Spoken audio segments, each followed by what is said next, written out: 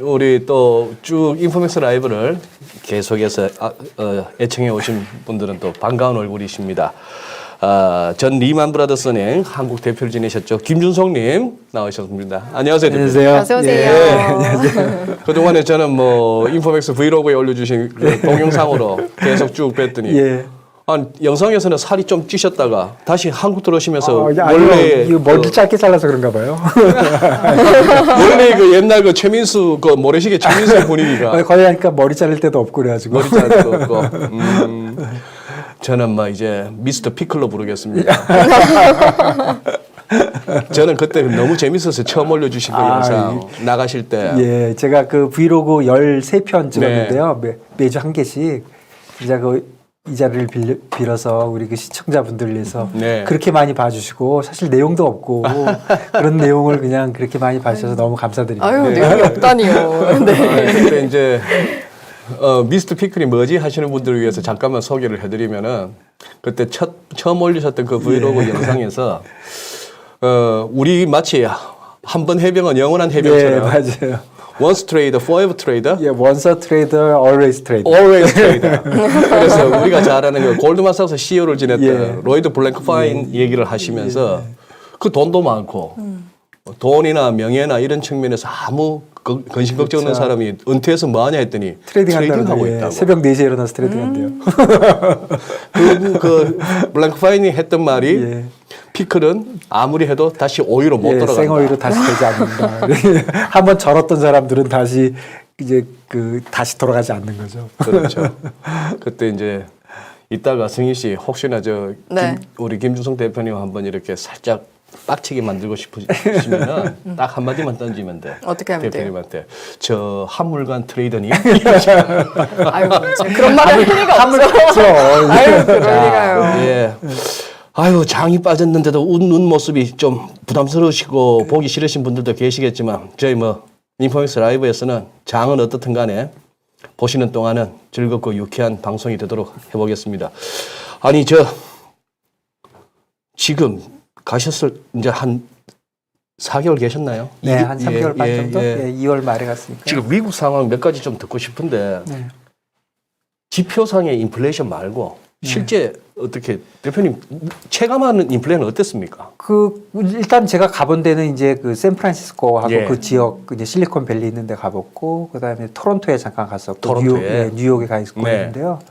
인플레이션이 분명히 있죠. 분명히 있고 물가가 많이 비싸지고 뭐 그런 거는 뭐 느낌적으로는 하는데 뭐 침체가 왔다든가 그런 거는 아니고요. 경기 침체라기보다는 역시 활기를 많이 되찾은 것 같고요. 특히 뉴욕 같은 경우는 진짜 한마디로 대박입니다. 뭐 엄청나요. 사람도 엄청 많고요. 관광객들이 엄청 많아요. 그래서 아니 해외에서 못 들어오는데 무슨 관광객이 많을까 봤더니 미국 내에서 오는 거예요. 미국 내에서 오고 얼마나 사람이 많냐면 뭐 90년대 말에 홍콩 같죠. 그냥 길거리가 토요일 일요일 되면요. 어깨 부딪힐 정도로? 네. 그죠. 어깨에 부딪히죠. 아, 그 정도예요? 네. 사람 엄청 많아요. 그리고 모든 레스토랑 다 꽉꽉 차고요. 그러니까 최소한 미국은 수요도 좀 있어요.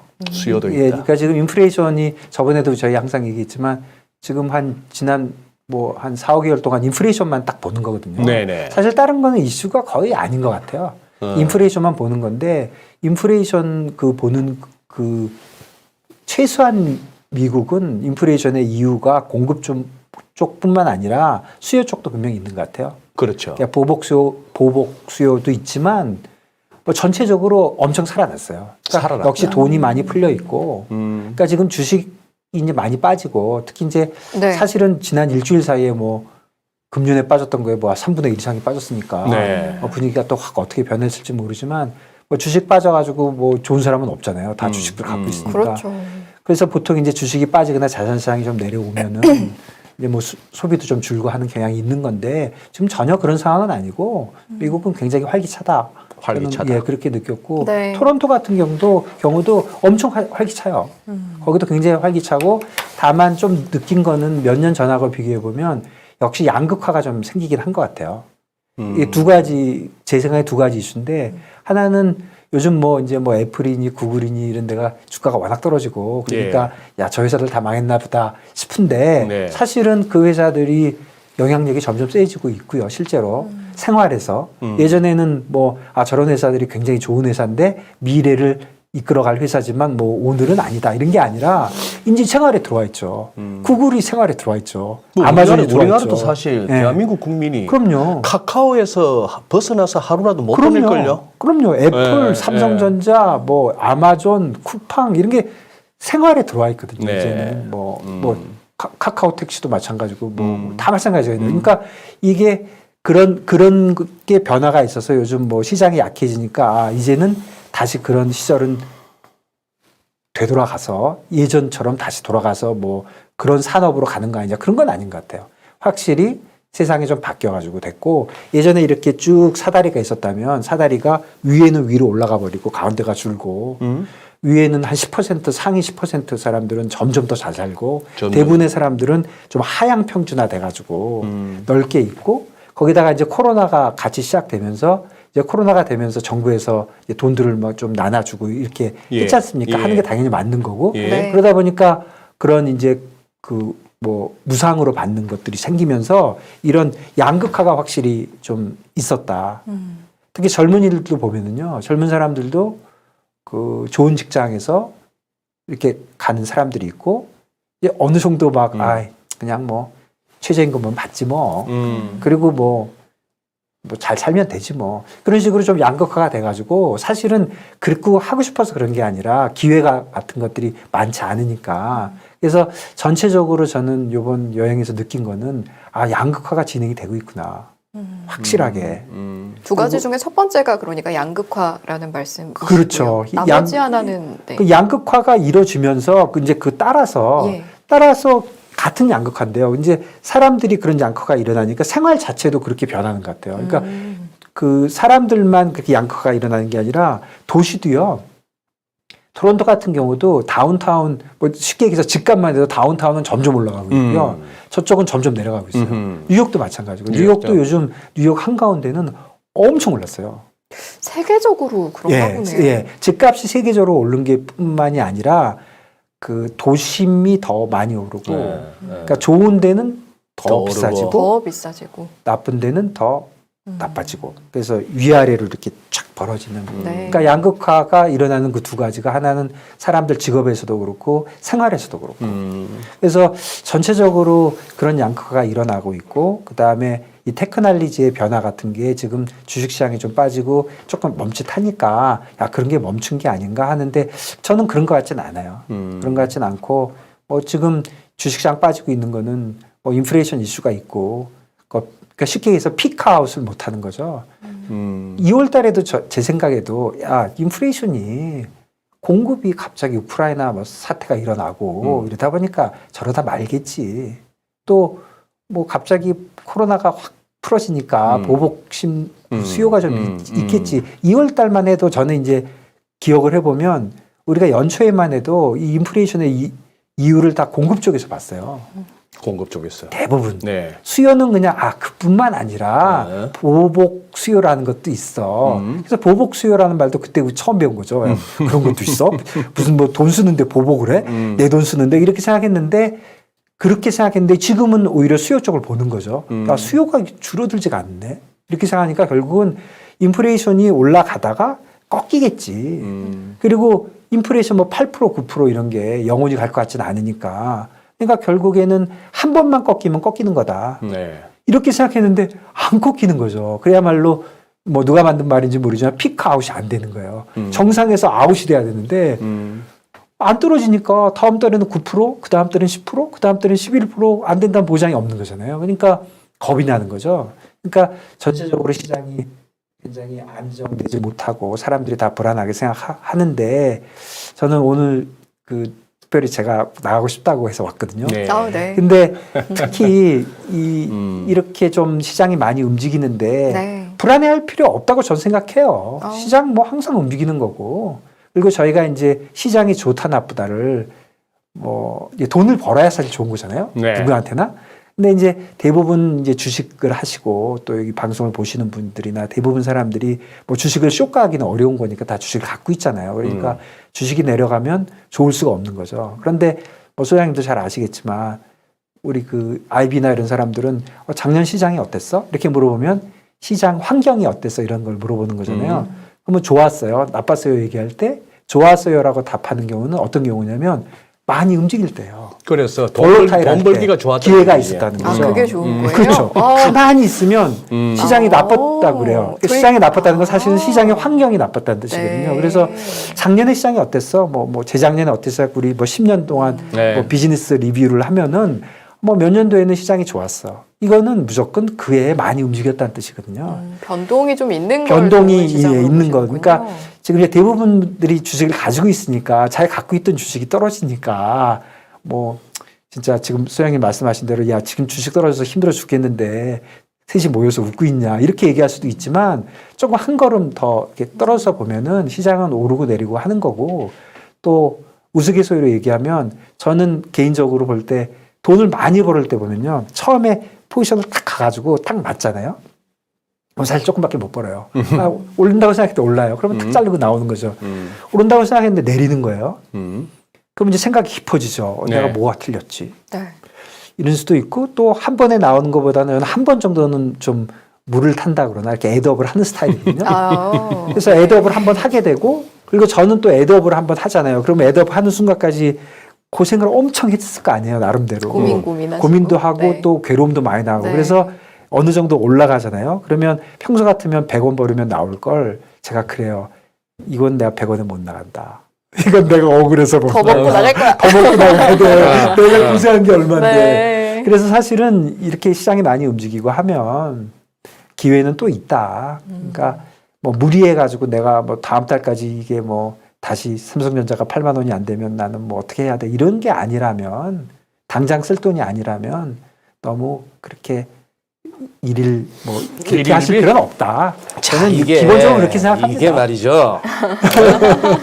시장에서 경력 30년이 넘은 한물간 트레이드님의 말씀입니다. 여기에 우리 일반 개인 투자자분들, 우리 시청자분들 중에 이 말씀을 들으시면서 속상해하실 분들이 적지 않으세요. 네, 예를 들어서 이해를 우리 합니다. 대표님은 예, 예.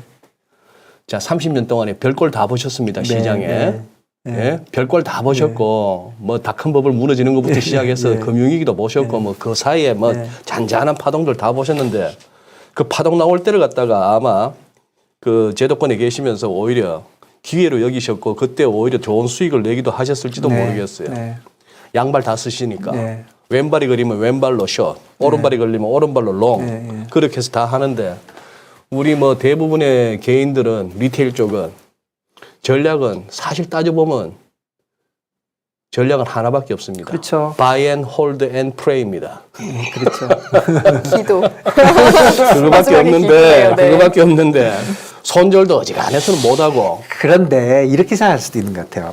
그 이제 보통 개인들도 어떻게 보면은 한 30년 투자하나요? 저는 저번에 말씀드린 대로 투기나 투자나 같은 거라고 생각하니까 뭐 네. 투자 투기가 같은 거면 투기라고 얘기를 해보죠. 투기를 하는 게 한 30년 하나요? 한 20살부터 한 50살까지? 아니면 심하면 20살부터 70살까지 하면 50년이잖아요. 네. 네.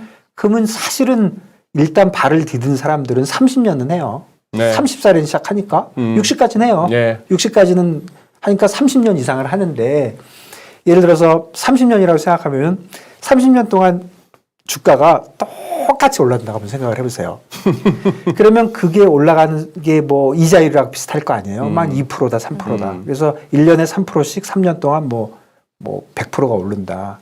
그런 시장에 만일에 우리가 산다면 아무 때나 들어가도 똑같이 버는 거죠. 그렇죠.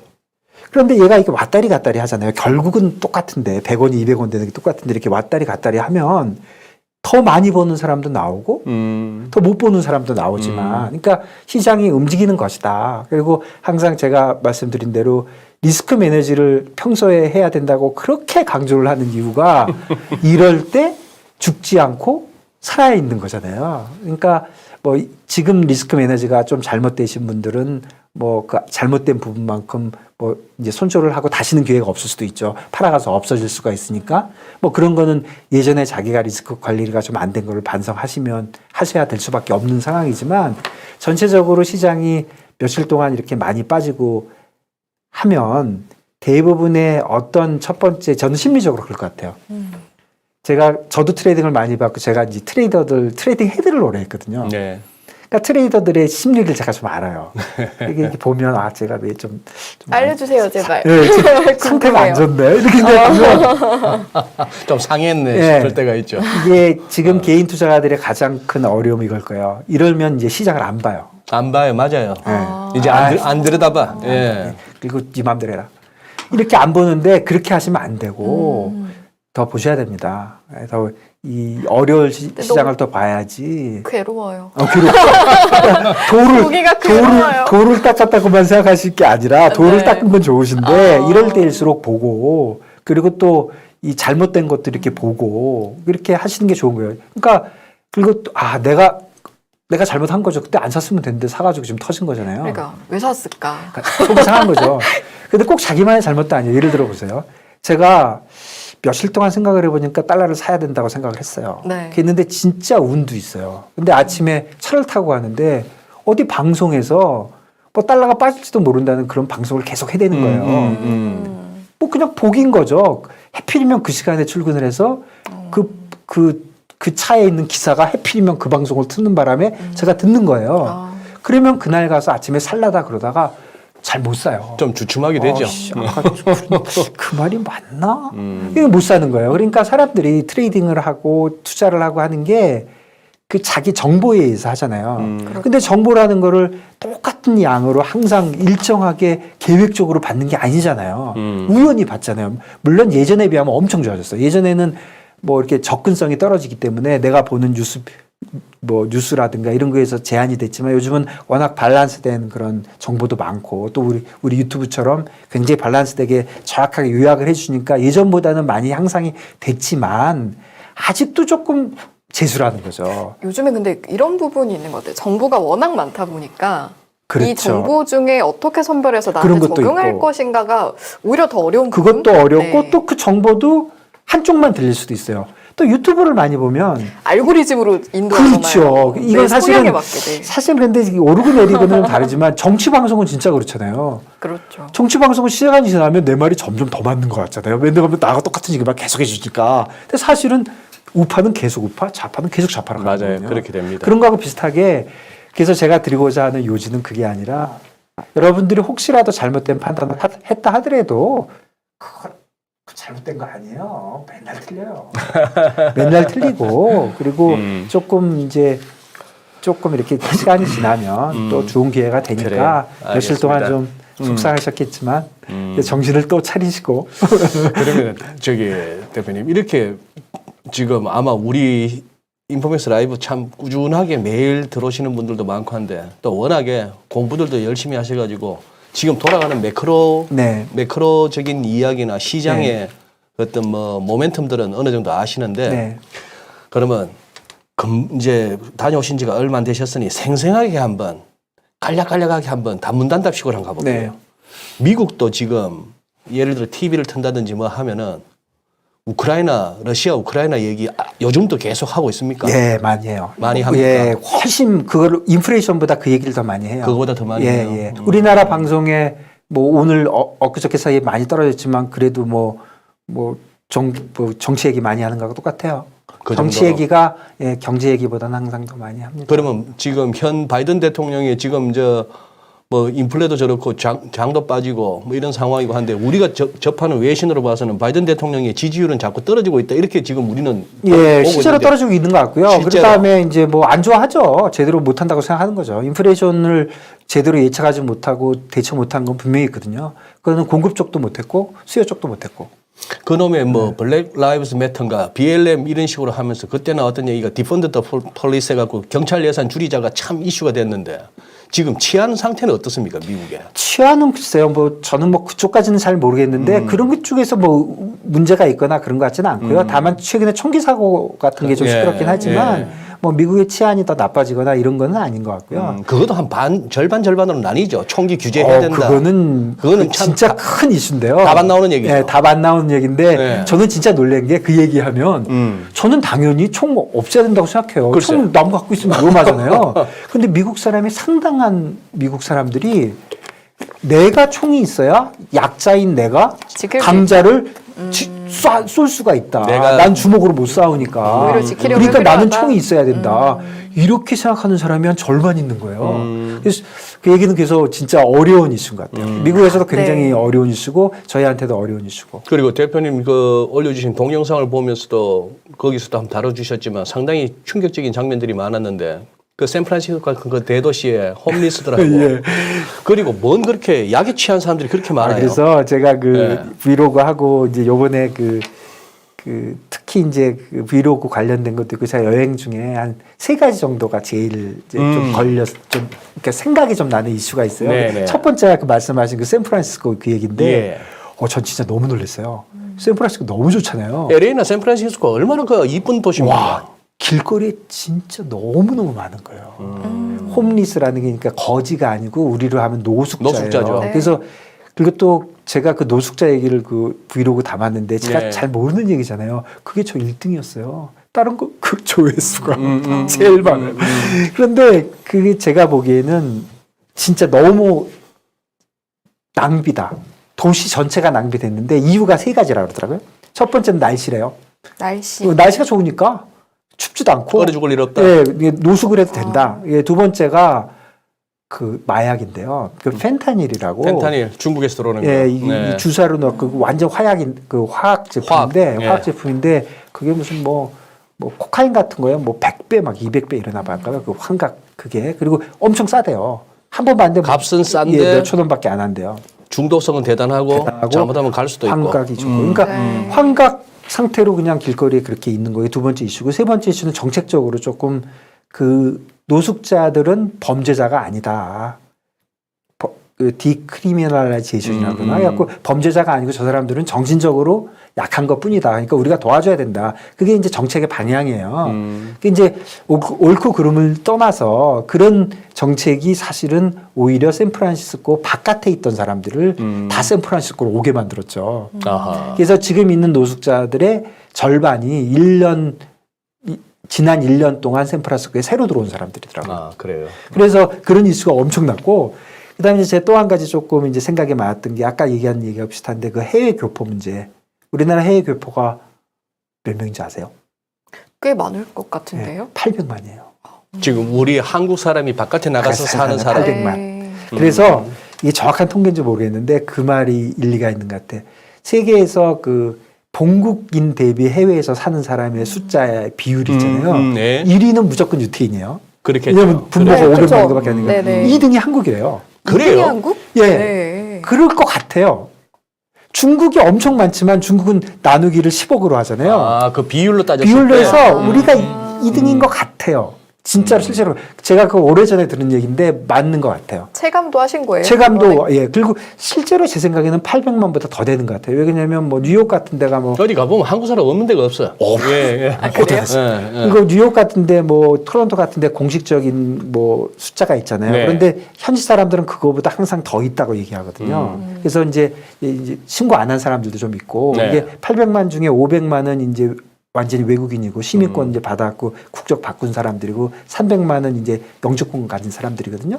근데 신고 안 하고 해외에 있는 사람들도 많아요. 그러니까 제가 보기에 한 1000만은 봐야 되는 거고 그럼 5천만 분의 1000만이면 얼마예요? 20%잖아요. 그러니까 최소한 15% 이상인데 이분들이 어떻게 보면 우리의 진짜 장점이니까 그분들하고 우리의 국력이다 이렇게 저는 생각하고요. 네. 특히 이제 예전에는 한국 사람들이 이제 해외 가면은 뭐 세탁소도 하고 뭐 이렇게 어려운 쪽으로 많이 생각하잖아요. 요즘 교포들 안 그래요. 젊은 교포들 굉장히 많아요. 그리고 저희가 2000년 90년대 말 2000년도 초에 그 기러기 아빠 뭐 나오면서 엄청 유학들이 네, 있었거든요. 네, 그랬죠. 그 친구들이 지금 다 30대예요. 음, 그 친구들이 그냥 진짜 뭐 다양한 다양한 분야에서 너무 잘하고 너무 예쁘고 너무 잘해요. 그러니까 그분들 만나면은 진짜 너무너무 응원해주고 싶고 그래서 해외에 있는 우리 교포들이 굉장히 잘하시는구나 그런 생각이 두 번째 들었고 세 번째 이제 제가 느낀 거는 그 암호화폐. 예. 저는 암호화폐는 진짜 그거 저는 관심도 없었거든요. 내가 그걸 왜 해 그랬어요 사실은. 나 대표님이나 저희 세대는 네. 그 포기해야 됩니다. 그 이해하고 그 설득되는. 저도 그렇게 생각했는데 도저히 그럴 단계가 아닌 것 같아요.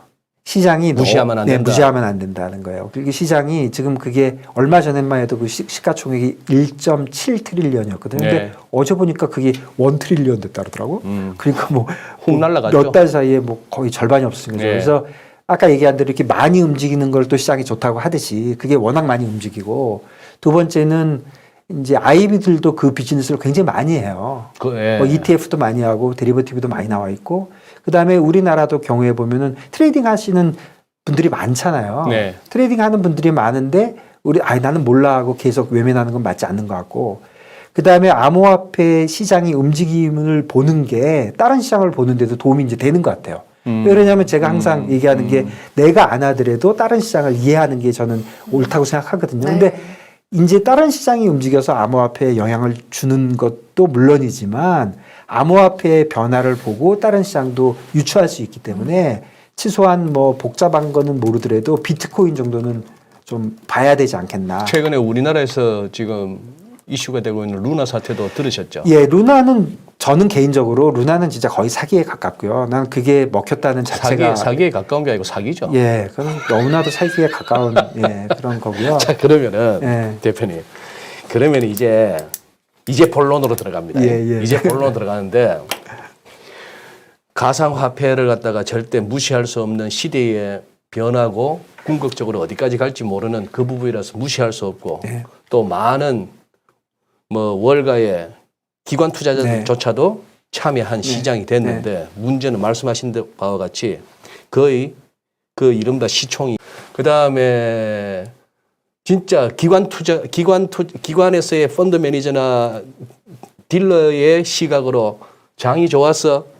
엄청난 변동성 가운데에 위도 아래도 막 흔들면서 먹을 수 있는 그 장이 좋았어의 차원이 아니고 대부분의 우리 개인 투자들은 지금 죽을 지경입니다. 네. 다들 물려 있습니다. 네, 많이 물려 있을 거예요.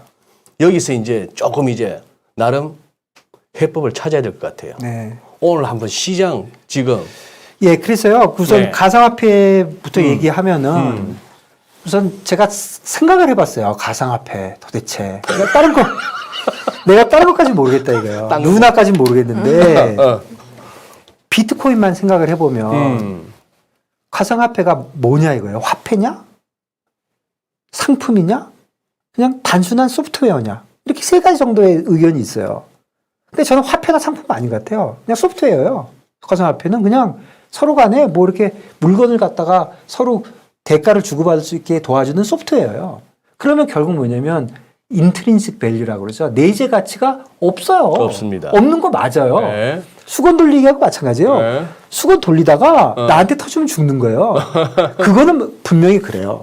그러니까 저는 가상화폐에 대해서 두 가지를 이해를 해야 되는데 하나는 테크니컬한 걸 이해를 해야 되고 그거는 결국 블록체인인데 그거는 그렇게 어렵지 않아요.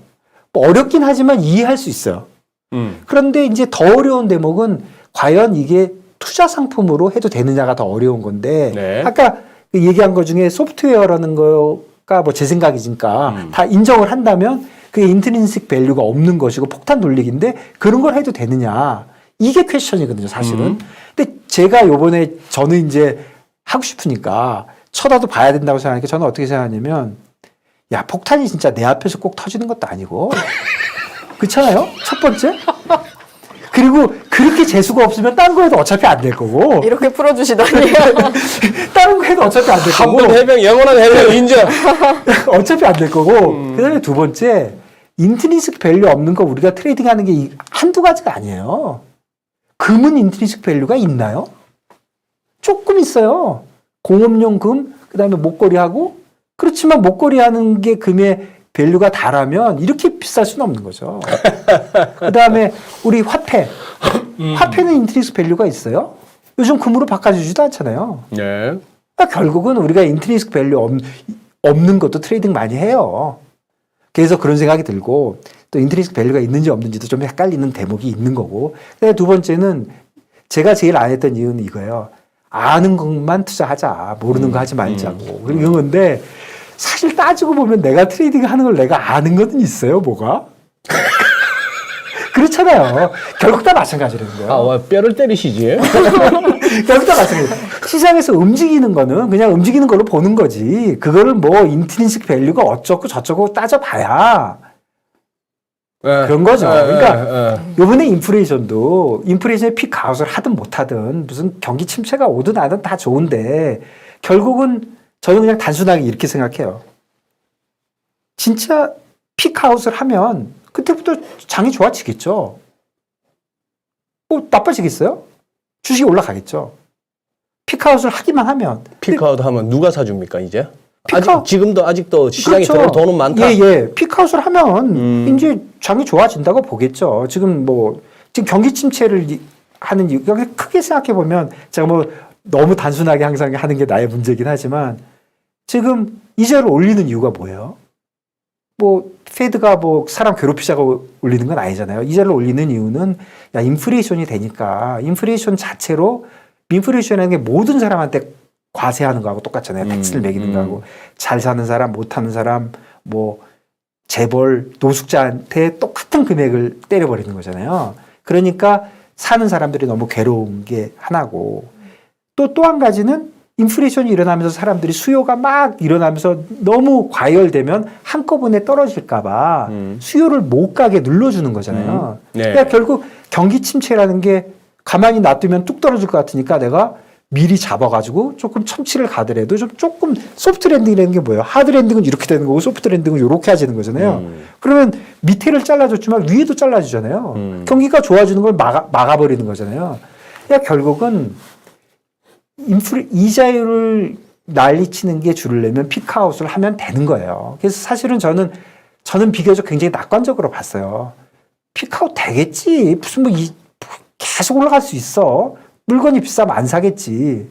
우크라이나 금방 끝나겠지. 그런데 생각보다 우크라이나 굉장히 안 끝나고 생각보다 중국하고 미국과의 관계가 계속 나빠지고 중국이 버티고 뭐 이런 식으로 미국은 또 미국 나름대로 가고 이러다 보니까 공급 쪽도 오래 가고 수요도 또 오래 가고 하는 거지만 결국은 피크아웃 하겠죠. 그러면 대표님 말씀은 이제 저희가 먼저 이제 가상화폐부터 진단해 주신다고 네. 말씀하시긴 하셨지만 네. 가상화폐 포함, 주식 포함, 뭐 상황이 지금 시장에 쉽지가 않아도 네. 결국에는 이제 언젠가는 피크아웃 그래서 제가 그렇게 한번 얘기해 볼게요. 네. 제가 그래서 오늘 하고 싶은 얘기가 뭐였냐면 네네네. 이거예요. 제가 이제 생각을 해봤어요. 이게 시작이 좀 어렵네. 생각보다 많이 빠지네. 네. 그래서 솔직히 놀랐어요. 많이 네. 빠지더라고요. 생각보다요. 그리고 전 피크아웃을 0.몇% 틀렸다고 그래서 이렇게 될지 몰랐는데 이런 얘기가 좀 있는 것 같고 좀 일리가 있는 것 같아요. 제가 아이비 오늘 나온다라고 또 옛날에 그 아이비 애들한테 전화 좀 해봤어요. 야, 이거 어떻게 된 거냐 그랬더니 아이비에 있는 사람들도 피크아웃을 할 것이다. 그러니까 미리미리 사놔야지. 그래서 그동안 사실 시장이 많이 버텼다는 거예요. 그러다 요번에 또 올라가니까 진짜 못하겠다 하고 좀 요번에 많이 좀 이렇게 좀 빠져나갔대요. 조금 그런 느낌이래요. 뭐 맞는 얘기인지 모르겠지만 걔들 느낌에는 자기네 트레이딩 데스크도 미국 애들도 그동안 야 이자율이 뭐 인플레이션이 어떻게 계속 가냐 떨어지지. 그리고 우리가 예전에는 인플레이션이 굉장히 높았어요. 10몇 %인 적 많았고 맞아요. 뭐 우리 미국 이자율이 10% 넘을 때도 얼마 전이에요. 그랬는데 지금 그동안을 생각해 보면 인플레이션이 안 됐던 이유가 뭐예요? 테크놀로지 발달이잖아요. 테크놀로지가 발달되고 공산품 가격이 올라가질 않는 거잖아요. 그리고 중국이 공장을 만들어갖고 뺑뺑 돌리고. 네.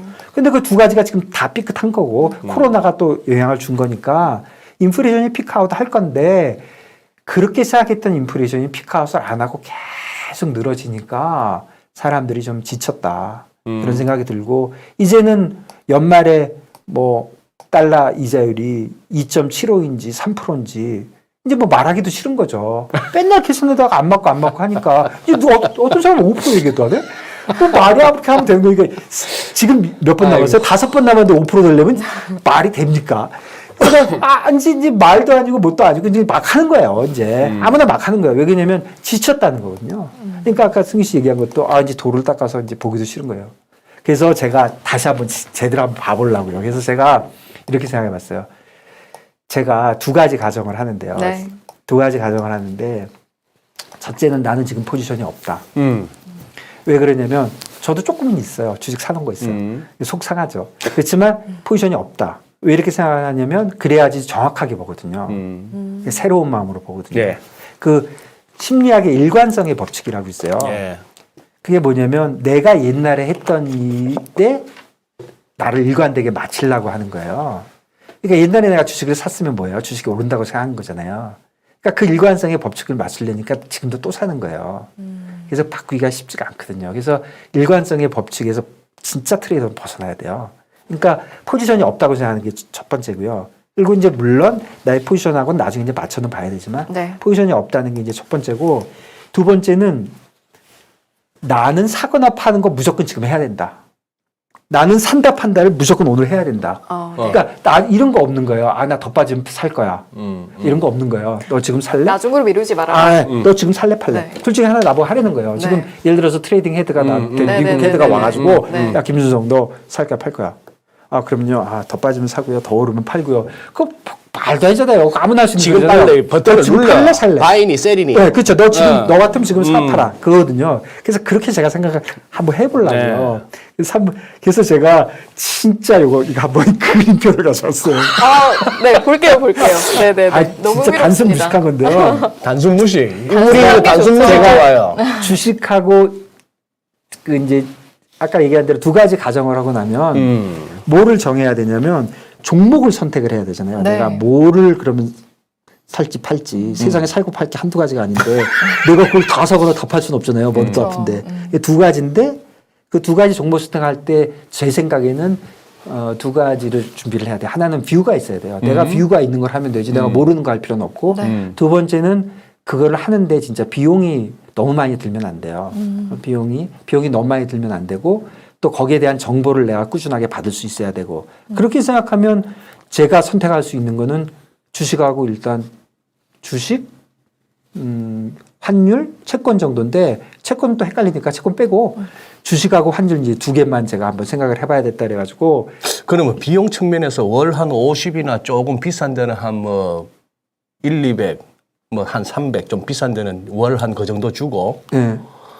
뷰는 뭐 내 뷰라는 게 뭐 잘 서지도 않고 좀 희미하니까 그 정도 돈 주고 이렇게 찍어주는 종목으로 승부하는 거는 어떻게 보십니까? 근데 지금은요, 아니 좋긴 한데, 지금은 장 자체가 완전히 매크로잖아요. 예. 지금은 뭐 좋은 종목, 남들보다 덜 빠질 종목 고르는 게 의미가 저는 없다고 생각해요. 지금은 매크로를 맞춰야 맞추는 거군요. 네. 매크로를 맞춰야 맞추는 거고, 그 다음에 이제, 그러니까 저는 주식의 지수를 보려고 그래요. 코스피.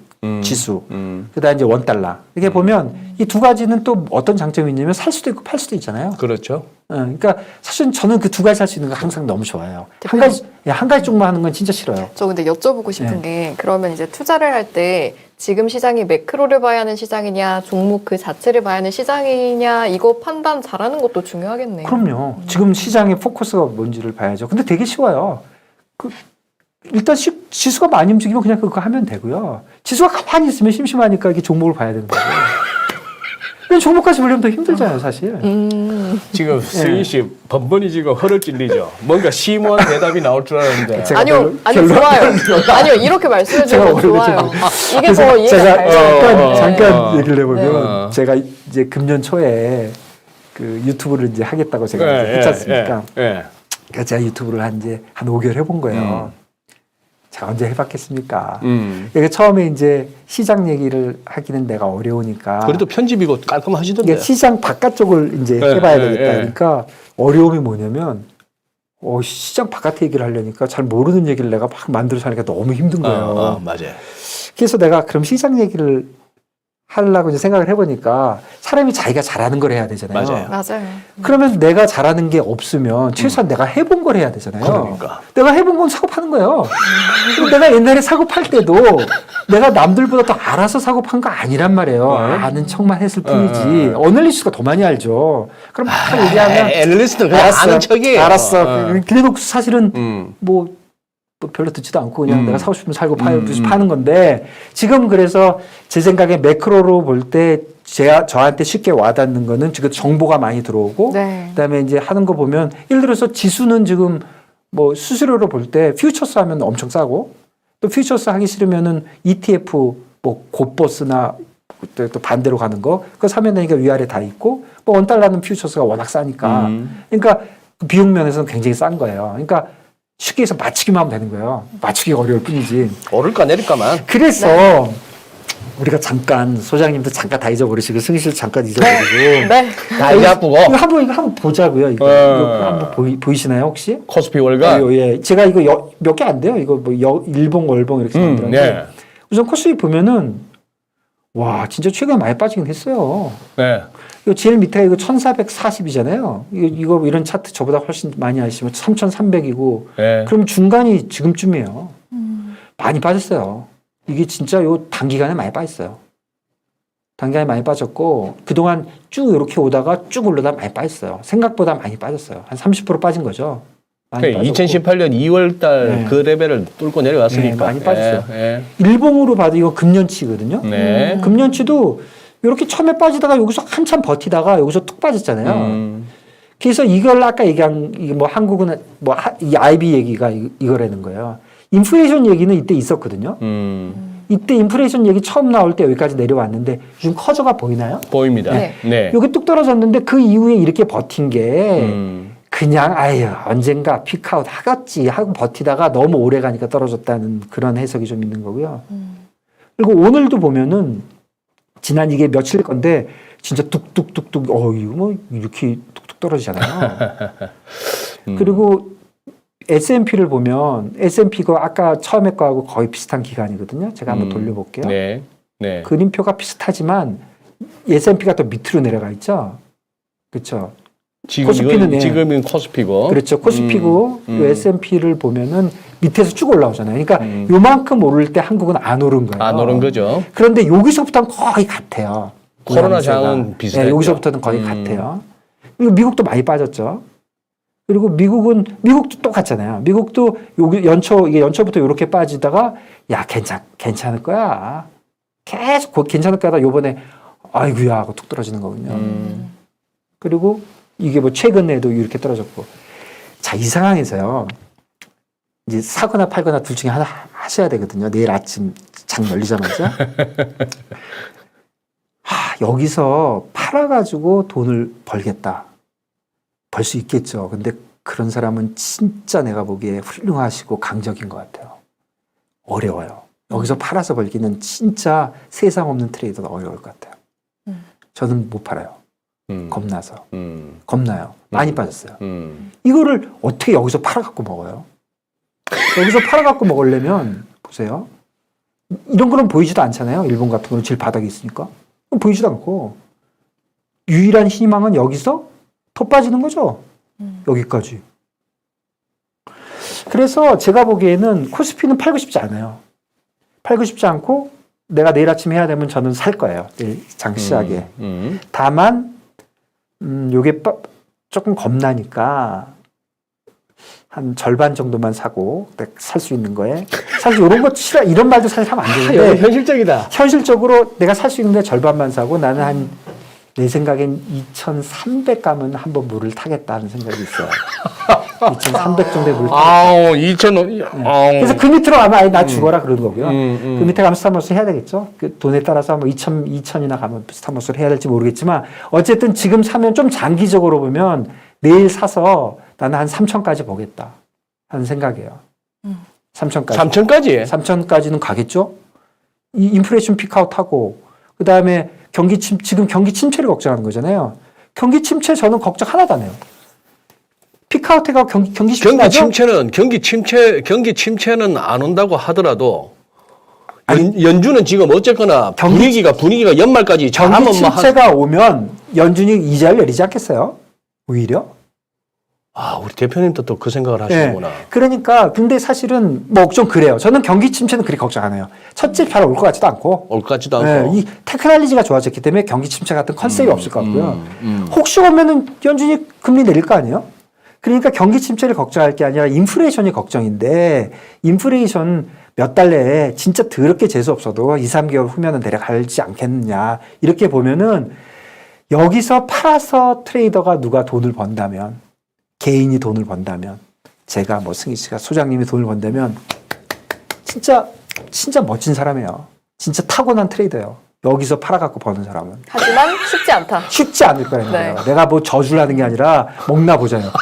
쉽지 않을 거라는 거예요. 이게 쉽지 않아요. 이 30%가 이미 빠져 있는데 지금 그래 사람들이 전부 맛이 간 상태잖아요. 지금 너무 힘들어.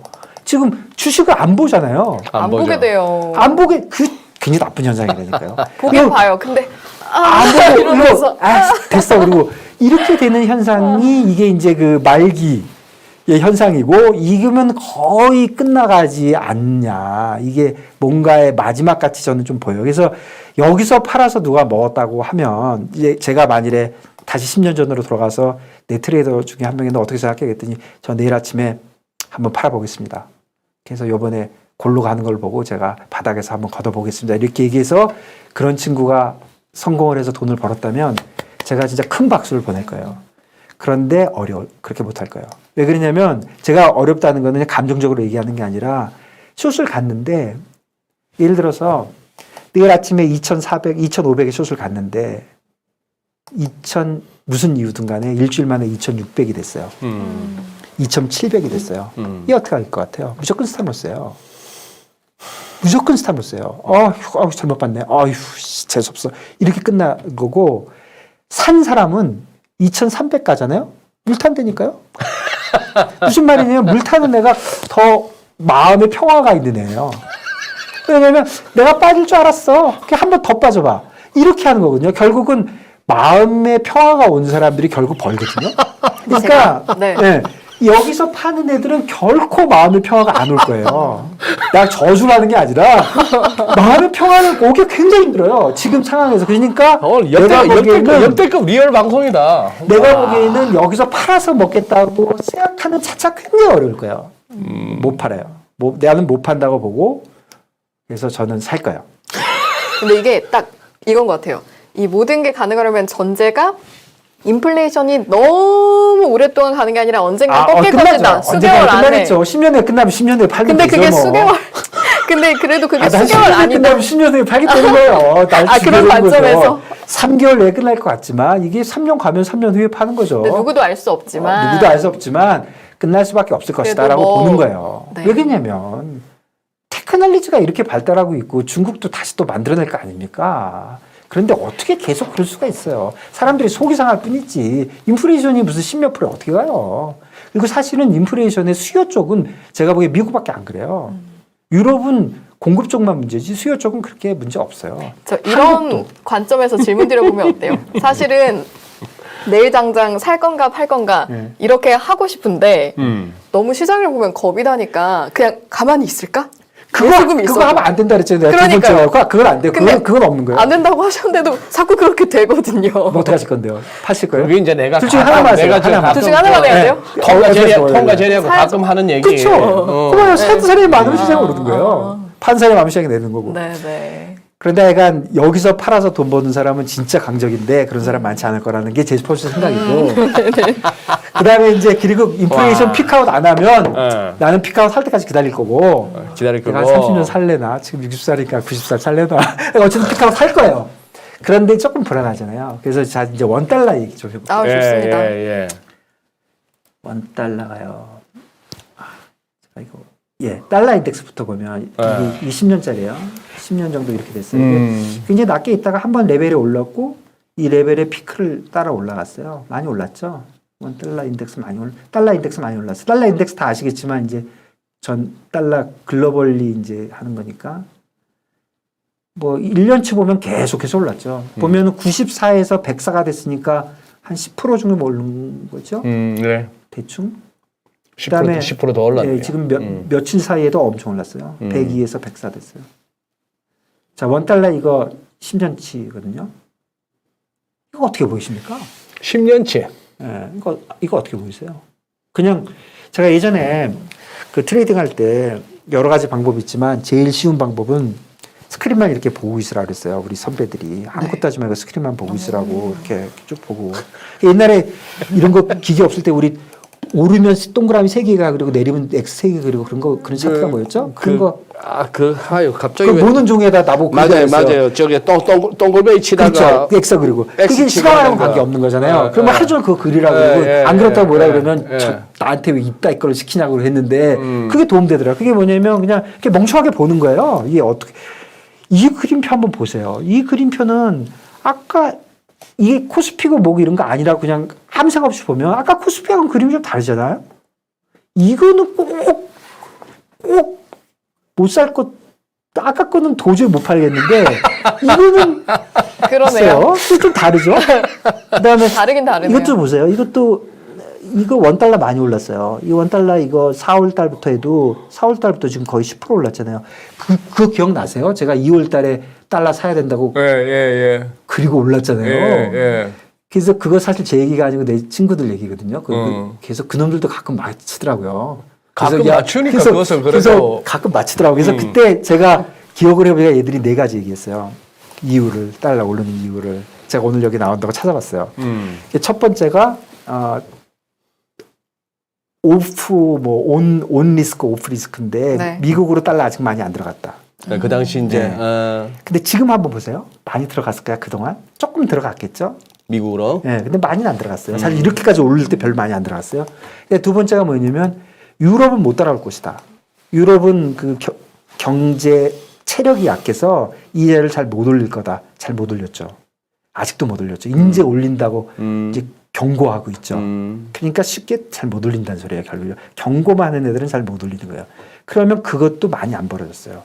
세 번째는 중국이 못된 버릇이 있어가지고 위기만 오면 위안화를 강세로 시키는데 오래 못 버틸 거라 그랬잖아요. 그 말은 딱 맞았어요. 얘들 완전 점쟁이처럼 맞췄어요. 4월 달에 5% 한 번에 옮겼잖아요. 못 견디고. 이거 맞췄어요. 그러니까 그거는 해소는 됐어요. 그렇지만 걔를 생각이 맞았어요. 그 다음에 신흥국들 경상수지에서 착각이 있을 것이다. 수요가 줄어서 착각이 있죠. 조금 풀렸죠. 우리나라도 이제 이상한 게 보이기 시작하잖아요. 그때 안 보이던 게. 그러니까 세 번째, 네 번째는 좀 해소가 됐는데 첫 번째, 두 번째가 해소가 좀 안 됐어요. 그래서 원달러는 저는 어떤 생각을 하냐면 솔직히 원달러 너무 많이 올라가지고 진짜 사고 싶은 건 좀 찝찝하긴 한데 지금 예를 들어서 아까 말씀드린 대로 내일 아침에 내가 코스피 산다 그랬잖아요. 코스피를 샀는데 그거 하나만 살려니까 좀 불안하긴 하잖아요. 지금 다들 그런 것처럼. 그러면 코스피하고 지금 원달러하고 완전히 반대로 움직이고 있거든요. 그래서 원달러로 사면 어떨까 싶어요, 저는. 그림이 원달러 같이 사면은 해치 차원이 되기도 하고 네, 호플리 어떤 생각을 하는 거냐면 자 이제 오르는 거 아니면 내리는 건데 죄송합니다. 주식부터 보자고요. 주식이 만일에 오르면 2000 지금 800이나 이 정도까지 간다고 치면 700, 800 다시 그쪽으로 800 어려워 보이지만 그러니까 뭐 700, 뭐 600, 700 이렇게 가면 주식이 오르면 원달러가 빠질 거예요. 분명히. 그렇겠죠. 그런데 비율이 그만큼은 안 빠질 것 같아요. 왜냐하면 달러가는 지금 원달러는 이 그림표를 보시면요. 이 달러 인덱스하고 엄청 비슷하게 움직여요. 맞습니다. 옛날에는 네. 이렇게 안 움직였거든요. 네. 그러면 무슨 말이냐면 한국 주식이 오르면 물론 미국 주식이 올랐으니까 따라서 오르겠죠. 그런데 그 미국 주식이 오른다 그래서 달러가 그렇게 막 내려갈 것 같지는 않거든. 그러니까 제가 만약에 내일 원달러도 사고 주식도 사잖아요. 그래서 주식이 오르잖아요. 그러면 내가 주식만 사고 원달러 아무것도 안 한 것보다는 못 벌겠지만 분명히 벌 거예요. 분명히 벌 거예요. 그런데 이제 주식이 내리는 게 문제잖아요. 처음부터 그냥 주식이 내리면 원달러가 오를 거예요. 그럴 거예요. 오르는데 충분히 올라주겠냐 이거예요. 근데 지금 내 생각에는 이게 이제 아전 인수를 다 하는 거예요. 나는 이제 사기를 결정을 했으니까. 원래 사기를 결정하면 아전 인수를 하는 게 마음도 편하고 좋아요. 주식이 빠지는 경우는 유일하게 미국이 빠져서 빠지는 걸 것 같아요. 우리나라가 더 그럴 것 같지는 않아. 지금 뭐 PBR이 0.9라면서요. 네. 뭐 옛날에 더 빠진 적도 있대지만. 그다음에 우리나라 지금 경제팀도 바뀌었잖아요. 네. 옛날 팀이 못했다는 게 아니라 요번에 경제팀은 우리나라의 에이스라고 좀 봐져요. 그러니까 좋은 사람들이 많이 들어왔어요. 뭐 한국은행이나 뭐 경제수석이나 다 예전부터 시장에서 에이스란 사람들이에요. 그러니까 좀 잘할 것도 같고 또 시장 친화적이고 그다음에 LG 엔솔 옛날에 그 진짜 말도 안 되는 짓거리들 하는 것들 욕 더럽게 먹고 있으니까 좀 낮을 것이고. 그러면은 조금은 낮이지 않았냐. 조금은 낮이지 않았냐. 그리고 또 우리나라가 또 이 주식 같은 거 많이 빠지면 좀 정부가 좀 해주려고 하잖아요. 미국은 그런 거 좀 없는 편이거든요. 그러니까 주식이 미국이 아니면 잘 안 빠질 것이다. 이런 생각을 좀 해요. 미국이 빠지면 우리도 빠지겠죠. 그럼 미국이 빠질 때 원달러가 충분히 올라줘서 내 터진 거를 만회를 해주겠느냐. 다는 안 해줘도 좀 해줄 것 같고. 그리고 제가 아까 얘기했잖아요. 전 2,300 가면 또 산다고. 그럼 2,300을 가면 제가 200을 터졌잖아요. 제가 얼마를 사든 간에 200을 터졌는데 최소한 원달러가 반 이상 커버해 줄 것 같아요. 내가 200원 터졌으면 원달러에서 100원 이상은 커버해 줄 것 같아. 다는 못 해줘도. 그러니까 결국은 내가 그냥 좋게 생각하면 주식이 오르면 원달러에서 조금 비용으로 낸 게 많지 않을 것 같고 주식이 내리면 원달러가 충분히 보상해 줄 것 같은 거예요. 약간. 그래서 셋 중에 하나를 해야 되는데 결국 제가 끝나기 전에 셋 중에 한 개가 정하긴 할 건데 네. 하나는 생짜로 주식만 산다.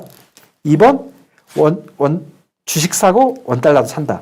그런데 볼러틸리티를 좀 봐야 되는 게 주식보다 원달러가 좀 덜 움직여요. 주식이 2% 움직이면 원달러는 뭐 1% 움직이고 이러는 거예요. 네. 그러니까 똑같은 금액을 사면 충분한 해지가 잘 안 되거든요. 그래서 제 느낌으로는 원축 계산해 보면 한 1.5배 사면 돼요. 그러니까 예를 들어 주식을 1억 사면 원달러는 1억 5천원치 달러를 사야 되는 거죠. 그리고 그게 세 번째 방법이에요. 실제로는 1.78배쯤 해야 될지도 모르겠어요. 근데 1.5배. 그러니까 세 가지예요. 네. 주식만 산다. 주식 사고 원달러도 산다. 똑같은 금액. 3번은 주식 사고 원달러 1.5배를 산다. 제일 무식한 방법, 중간, 소심한 방법. 이건데 그 다음에 제일 극단적인 선택이 나 주식 사고 싶어. 예. 근데 주식 오르면 환율도 떨어질 거야 싶어서 달러원에서도 달러 숏을래. 달러 매도를 채. 그거는 제가 그거는 보니까 이제 그거는 대박 아니면 쪽박이에요. 그거는 그냥 완전히 해지 안 하고 두 가지를 한 건데 그렇게도 하고 싶죠. 그게 여기 바깥에 있는 건데 승질 같은 거 하고 싶죠. 승질로 보면. 그나마 지금 우리 서학개미라고 일컬어지는 미국 주식 투자하시는 분들이 그래서 그 원달러에 살았죠. 지수 빠지는 거에 비해서 원달러에 살았죠. 손실이 조금 적은 게 환율이 올라가지고 그렇죠. 제가 혹시 화차에서는 기억나십니까? 제가 이익이 처음에 났으니까. 수영님 처음 뵐 때 미국 주식 사면 그런 효과 있을 것이라고. 네네네. 그러니까 그 효과가 있는 거거든요. 그래서 지금 사실 원달러도 팔자. 달러도 팔고 주식도 사자. 나는 한국이 좋아. 할 수 있는데 그러다가 죽으면 너무 빨리 죽을지 모르니까. 그리고 그렇게 하는 게 있죠. 그러니까. 꼭 좋은 게 아닌 게 뭐냐면 네. 자기가 살 수 있는 리스크라는 건 한계가 있잖아요. 그러니까 저는 이렇게 생각해요. 내가 주식을 갖다가 100을 사는데 뭐 예를 들어서 100원어치 사, 1000만원어치 살 수 있다면 예를 들어서 반반씩 한다면 반씩 줄인 거잖아요. 그러니까 리스크가 어느 게 큰지는 잘 모르겠어요. 솔직히 어느 게 더 많이 먹을지 모르겠어요. 그러니까 주식도 100 사고 원달러도 100을 또 하는 거면 2배를 하는 거지만 주식 50 사고 이거 50 살 수 있으니까. 그래서 그런 이슈가 있으니까 제가 보기에는 그 세 가지인데 저는 내일 아침에 요 두 번째를 하려고 해요. 저는 아직도 주식 오르는 쪽으로 해서 주식이 오르면 내가 분명히 원달러에서 손해를 볼 거예요. 근데 많이 안 볼 것 같고 주식이 많이 빠지면 한번 물 탈 건데 물 타는 시점에서 원달러가 좀 보상을 해줘서 물을 탈 때 조금 힘이 좀 날 것 같고 그때는 아마 원달러도 잘라버리고 죽게 아니면 살기 갈지 모르죠. 그래서 제 오늘 결론은 누가 저한테 물어보신다면 저는 달러 사고 주식 삽니다. 내일 아침. 비슷한 비율로? 시가에 네. 1대1로. 그래서 다음에 제가 여기 요 자리에 또 나오면 그때 산 게 어떻게 됐는지 한번 보시죠. 후기 들려주세요. 네. 그냥 보시면 돼요. 내일 아침 시가에 사니까. 알겠습니다. 지금 이게 우리가 목요일 새벽 서르시면 이제 그 그게 말도 대박이죠? 많고 탈도 예, 많던 예. FMC 결과가 나오는데 지금 승희 씨가 말하던 FMC 결과 보고요가 아니고 내가 가끔 통과 제리하고 방송할 때처럼 목에 칼이 들어온 거야. 다 필요 없고 지금 당장 사든지 팔아. 아니 그리고 월요일날 그거 다 보고 하면 무슨 재미가 있어요? 하면 이 쪼는 맛이 네, 지금 확 진동을 쪼는 맛이 승부사 분들인가요 지금 두 분? 지금 S&P 500 빅스가 32.58로 이제 제가 저번에 시세가 말씀드렸죠? 나오는데 30 나누기 16이라 16이죠, 16. 오케이. 그러니까 매일 2%씩 한 달 동안 움직이는 거예요. 이게 말이나 됩니까? 그때 제가 공부했던 것 중에 김준중 대표님한테 들었던 얘기 중에 뉴욕 증시 빅스 숫자를 갖다가 16으로 나누면은 그게 거의 일일 변동. 예, 그게 매일 앞으로 20일 동안 하루도 안 변하고 2%씩 변해야 되는 거예요. 지수가 2% 왔다 갔다 하는 거는 대단한 건데. 그렇죠. 그거를 매일 매일. 한 달 동안 하루도 안 빼고 오르거나 내리거나 하는 거예요. 어제 뭐 나스닥이 4% 넘게 빠졌으니까. 그렇죠. 이틀 동안 그렇게 빠졌으니까 그 이틀 동안은 버는 거죠. 그러면 64가 돼야죠. 만일에 4%씩 네. 매일 움직이면 그렇게 생각하는 사람 없는 거죠. 티리님께서 인생은 선택이다 이런 말씀을 해주시고 계신데 아니, 근데 저희가 네. 선택을 하기 싫고 그냥 그러면 주식하지 말고 그냥 그 착하게 살아야죠. 물론 주식을 한다고 착하게 안 사는 거죠. 알겠습니다. 기한 투자를 하고 투기를 하는 거면 저는 장이 어려울 때일수록 알겠습니다. 정신을 바짝 차리고 더 이렇게 봐야죠. 어려우니까 아이씨, 이렇게 하는 거는 진짜 태도가 아니다. 저도 그렇게 생각합니다. 저도 전에 한번 방송 중에 네. 고백한 적이 있지만 네네. 포지션 터지고 있을 때는 안 봐. 모니터 안 봐. 아, 그때 보셔야 돼요. 그러니까요. 그때 그때 봐야 봐야 한다. 되는데. 그때 봐야 돼요. 그때 안 보고. 벌었을 때는 안 봐도 돼요. 벌었을 때 더 부지런해진다니까요. 그러면 더 먹을 수 있는 거 괜히 잘리긴 한다니까. 벌었을 때는 아무렇게 돼도 상관이 없잖아요. 맞아. 근데 예. 터졌을 때는 빨리빨리 봐야죠. 내 리스크가 점점 더 커지고 있는데. 이거 뭐 터지면 리스크가 더 커져요. 리스크가 커지고 있는데 그러고 있다가 진짜 한 번에 갈 수는 없죠. 앞으로 30년 더 또 트레이딩 해야 그래도 회사에 있을 때는 그래도 스탑로스는 걸어놓고 있으니까 안 보고 있더라도 손절은 되는데 내 돈 태우고 나니까 그놈의 손절이 안 돼가지고 안 보기 시작하다가 나중에 한 번 봤더니만 빠져도 너무 빠져있어. 그래서 시장이 많이 빠지면 나스닥이 4% 빠졌다 그러면 한국이 뭐 아침에 3% 빠졌다면 자기 주식을 안 봐요. 그러지 말고 용감하게 딱 보고 차트 보고 그리고 포지션 없다고 생각하고 나 같으면 오늘 사냐 파냐. 그래서 난 팔아. 그러면 스탑로스 하고 나는 살 거야. 그러면 원래 미리 샀으니까 상관없는 거죠. 나 원래 샀으니까. 알겠습니다. 그래서 마음의 평안을 가져야지. 그리고 네. 나는 이제 너무 불안해. 그럼 팔아야죠. 네. 왜냐면 자기가 못 견디면 못 견디는 거예요. 자기가 못 견디면 누가 견뎌요? 지 건데. 네. 알겠습니다. 어쨌거나 뭐 제가 오늘 너무 또 너무 오랜만에 와가지고 리얼하게 말이 좀 심하게. 리얼하게 말씀해 주셔가지고 우리 시청자분들한테도 뭐 이런 방송이 있어 싶기도 하시겠지만 또 나름 또 건지시는 내용도 있겠는데 여기다가 제가 또 사족을 하나 붙이자면은 지금 무조건 해야 돼라는 조건만 없다면은 저는 사실 대표님 한 2,650까지 반등 기다려줬다가 그쯤에서 다시 한번 매도 들어가고 싶습니다. 네. 저는 그렇습니다. 알겠습니다. 네, 일단은 당분간 서울 계시는 그래서 거죠? 저는 네, 네. 제가 이렇게 강하게 얘기한 건 사실 이 의도는 이거예요. 첫 번째는 제일 좋은 거는 저 따라해가지고 돈 벌면 너무 좋죠. 근데 그거보다 더 중요한 거는 쟤는 이렇게 생각해서 사거나 파는구나. 남들은 어떻게 생각하는가. 제가 지금 사실 제 머릿속에 있는 걸 다 말씀드렸어요. 나는 이렇게 생각하기 때문에 내일 아침에 이거는 사고 이거는 판다. 그러니까 나름대로 그냥 그렇게 생각하는 거예요. 그리고 사람이 포지션에 들어갈 때는 확신이 있어야죠. 네. 예.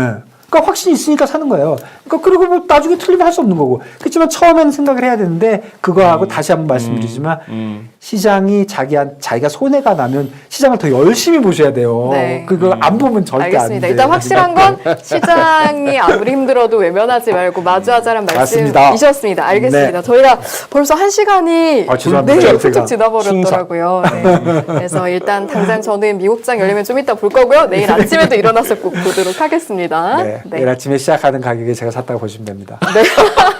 다음에 꼭 모셔서. 네. 그래요 대표님 모처럼 또 나오셔서 감사합니다. 예. 유쾌하게 말씀해 주셔서 고맙습니다. 예, 다음에 뵙겠습니다. 네, 고맙습니다. 감사합니다. 네. 김준송 전 리먼